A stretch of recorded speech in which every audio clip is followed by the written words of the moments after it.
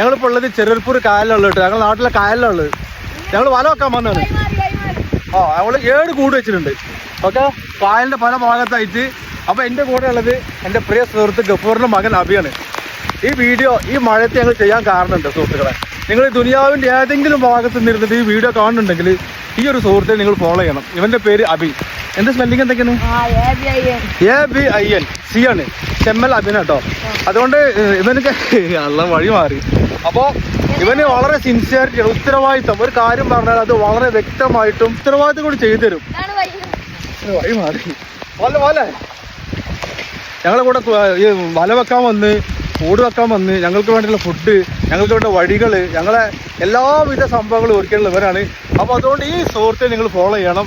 വളർന്നു വരണ ഒരു കർഷകൻ കൂടിയാണ് ഇദ്ദേഹം. ഓക്കെ, ഇവൻ്റെ വാപ്പി കർഷകനാണ്.